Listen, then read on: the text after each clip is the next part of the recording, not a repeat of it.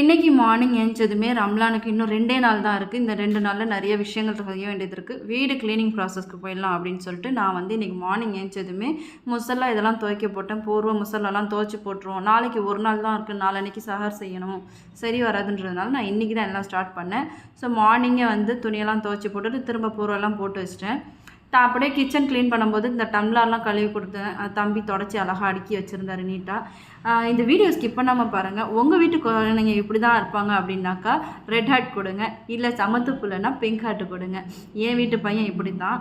என்ன அப்படின்னு நினைக்கிறீங்களா? ஸோ நான் இதெல்லாம் க்ளீன் பண்ணிட்டு வீடெல்லாம் க்ளீன் பண்ணிட்டு இந்த பெட்ரூமும் க்ளீன் பண்ணிடலாம் அப்படின்னு பார்க்கும்போது அவ்வளோ ஜாமண்ட்ரி பாக்ஸ் இருந்துச்சு. நீங்கள் இதை சொல்லுவீங்க, ஏன் நீங்கள் 1-2 வாங்கி கொடுக்கக்கூடாது அப்படின்னு சொல்லுவீங்க. நான் 1-2 தான் வாங்கி கொடுக்கவும் இல்லை.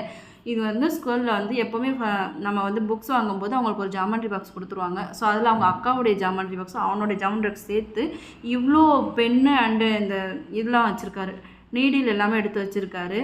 ஏன்னா என் பையன்கிட்ட ஒரு கெட்ட பழக்கம், அது தீந்துருச்சு அப்படின்னா தூக்கி போட மாட்டான். அது அழகாக அதில் இந்த டேப்லாம் ஒட்டி அது ஏதாவது ஒரு விஷயத்துக்கு யூஸ் பண்ணுறதுக்காக எடுத்து வச்சுப்பான். ஸோ இத்தனை ஜாமெண்ட்ரி பாக்ஸ் ஃபுல்லாகவே வெறும் பென்சில் அண்ட் அதாவது பென்சில், அதுக்கப்புறம் இந்த பேனா இப்போ பார்க்குறீங்க இல்லையா? ஸோ இந்த இதில் ரீயூஸ் பண்ணிப்பான் அவன்.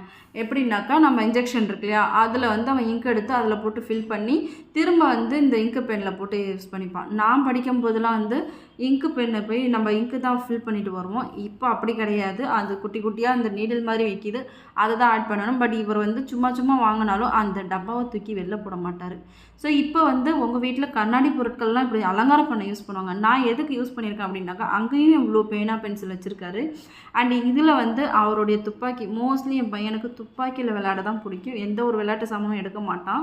ஸோ துப்பாக்கி தான் கேட்பான் எப்போ எது வாங்கினாலும். ஸோ அங்கே துப்பாக்கி எடுத்து வச்சுக்கிட்டு அவருடைய கிட்ட அவ்வளோ ஜாமெண்ட்ரி பாக்ஸும் எடுத்து வச்சுருக்கேன். உங்கள் வீட்டு சமத்து பிள்ளை எப்படின்னு சொல்லுங்கள். என் வீட்டு சமத்து பிள்ளை இப்படித்தான்.